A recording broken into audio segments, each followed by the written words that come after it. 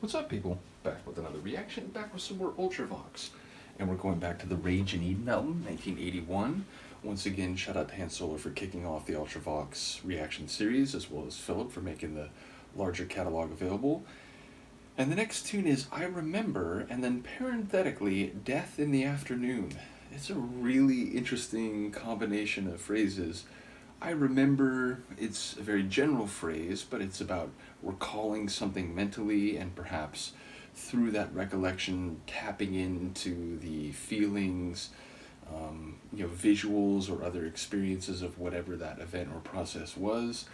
But Death in the Afternoon is not only darker, but, I suppose in the afternoon could be seen as, daylight robbery or committing a crime in the day is more brazen, it's more overt and confrontational in terms of, committing violence or some other lethal means of killing someone in, under the light of day, in the public eye, not trying to be sneaky or get away with it by doing it under cover of darkness. So I suppose also the phrase in the afternoon could be, someone who witnessed an atrocity, and so even years or decades later, they remember death in the afternoon. It might not have anything to do with either of those ideas, but ultimately, it does feel like a pretty stark juxtaposition, the idea of remembering, and what is it that you remember? Death in the afternoon. So I wonder what will be at play here. Let's find out. This is Ultravox. The tune is I Remember, and then parenthetically, Death in the Afternoon, from Rage and Eden, 1981.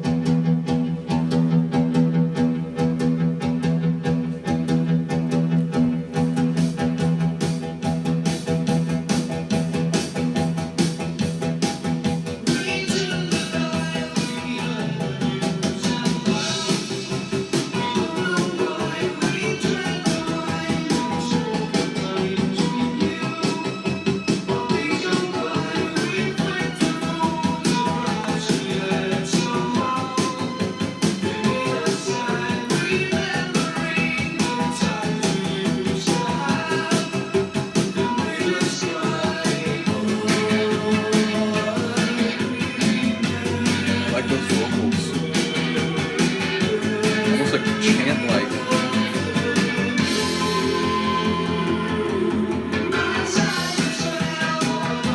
dynamic synth bass line.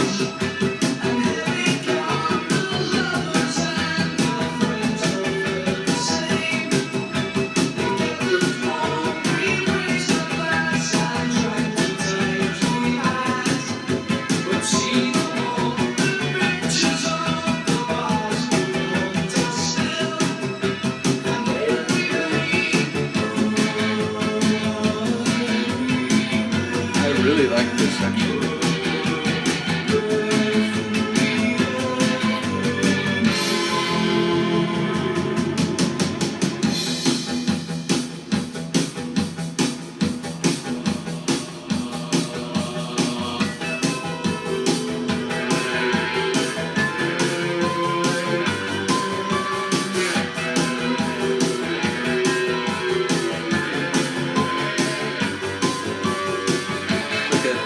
Little elegant melody, but there's this wicked guitar haze over it.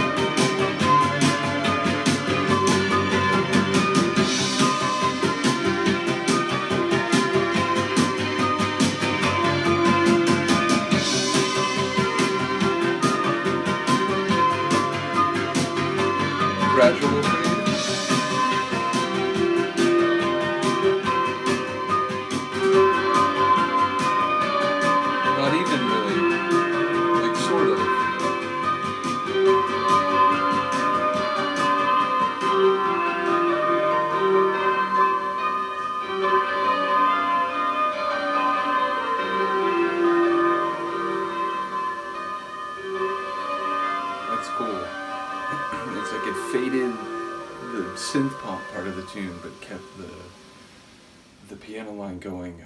So yeah, sonically, really fantastic. Lyrically, I didn't catch very much, though I did catch a few bits and pieces, and like one that I thought I heard was like raising a glass and drinking to something, which you often do that to things that have gone by, to people who are no more. So it felt like in some ways it could be like toasting to or like commemorating whoever died in the afternoon or people worthy of being remembered. So again, that was just one little bit, and there were a couple other parts where I thought I heard a word or two, but I will say, like, part of it is I'm sort of like reacting to the sonics and, like thinking about them, speaking about them, so my brain gets caught up sometimes in the sounds more than the lyrics on a first listen. Sometimes it's both, but generally speaking, if I tend to pick up one more than the other, it's the sonics. But secondarily, I would say in this particular tune, his voice, I'm not going to say it was buried in the mix, but the sonics were sort of like, the vocals were sort of, below water sometimes. It felt like they weren't dominating the track or all over the track. They were sort of in the middle of everything. And, one or two lines, it was like, I was straining to hear, not because like he was inarticulate in the vocals, but because the vocals themselves were sort of embedded in other sounds. So I look forward to hearing what people have to say about the themes. I will, like I always do, re-listen. But as I said, it seemed like maybe on some level there was a testament or a tribute being paid to people who perhaps died in the afternoon, at the very least, are no longer around and are being remembered. But yeah, sonically really cool, that, driving synth bass, like pulsing away the whole time. That guitar, which at times felt sort of dissonant and haze-like, and at other times, like transcendent and, moving into some different dimension. And by the end, the mixture of all the different bits, the different, the keyboard bit and the synth bass and the guitar, it found this really cool place, and it rode that for multiple measures before doing a gradual fade, all of which I do support. So sonically, really incredible. Thematically, I look forward to hearing what people have to say, and I only caught a bit or two, and I'm not sure how they may connect.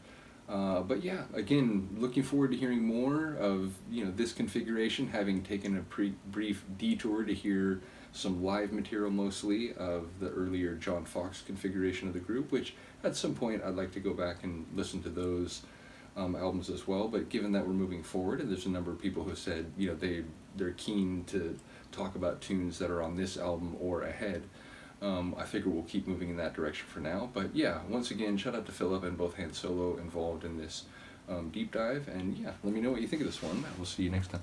Peace.